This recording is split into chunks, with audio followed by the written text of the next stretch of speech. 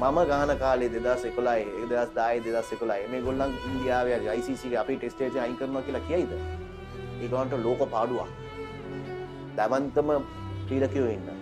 දවන්තම test කණ්ඩායමක් එළිය දානවා කියලා කියනවා. අපි ෆයිට් කරා ICC එක්ක 2003 දී. මොකෝ අපේ රයිට්ස් අරන් ඒගොල්ලන් දාන්න ගියා ICC World Cup එකට. ක්‍රිකට් බෝඩ් එකට දුන්නා 10 මිලියන් විතර. ඒකෙන් දුන්නා භාගයක් ගැවීමක් ගෙවන්න ප්ලේයර්ට. ක්‍රිකට් බෝඩ් එක බෑ කිව්වා. අපි ෆයිට් කරා 115ක් දෙන්න ප්ලේයර්ස්ට ඔයගොල්ලෝ අපේ ෆොටෝස් යූස් කරනවා කියලා එම් අවුරුදු අපි අස්සම් කරේම නැහැ 2003 දී.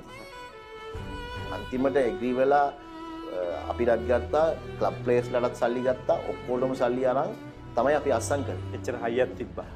ICC ප්‍රෙසිඩන්ට් ඩ්‍රෙසින් රූම් එකට ආවා මෙල්බන් වලදී. අපි මන්ඩේ ගාදී එයා ප්ලීඩ් කරා මේක අස්සම් කරන්න කියලා.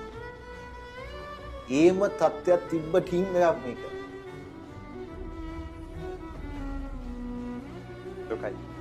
දුකයි කියන්නේ ඒකනේ මම කිව්වේ හරිම මට කනගාටුයි කියලා මේ තත්ත්වෙට ගියේ එක. ඉතින් මේ කවුරුත් දන්නේ නැහැ මේ වෙච්ච වෙලාව. මේ ටීම් එක උනා. ටීම් එකේ ගොඩාක් දේවල් වුණා. දැන් ටීම් එක බලන්න Facebook එකේ මේකේ වෙන දේවල්. අපේ ටීම් එකේ සමහරකට ගහගත්තත් එක්ක.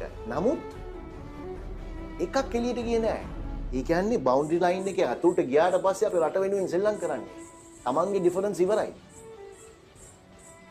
ඩිෆරන්ස් එක තිබ්බා. ඇඟිලි පහම වෙනස්. පුද්ගලයෝ කියනවා වෙනස්.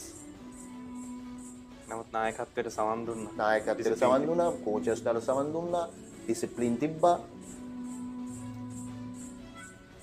ඒකත් නෑ දැන්.